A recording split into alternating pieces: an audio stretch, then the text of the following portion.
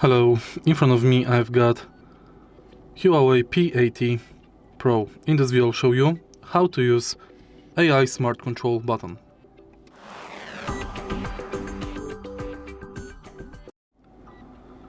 In the beginning, let's go to Settings and find AI Settings. Enter AI Voice and now enable this function, Wake with Power button.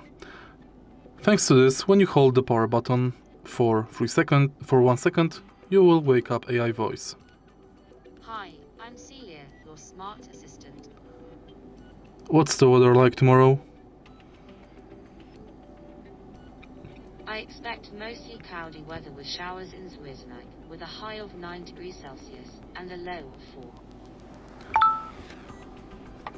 If you find this video helpful, please leave like, comment and subscribe.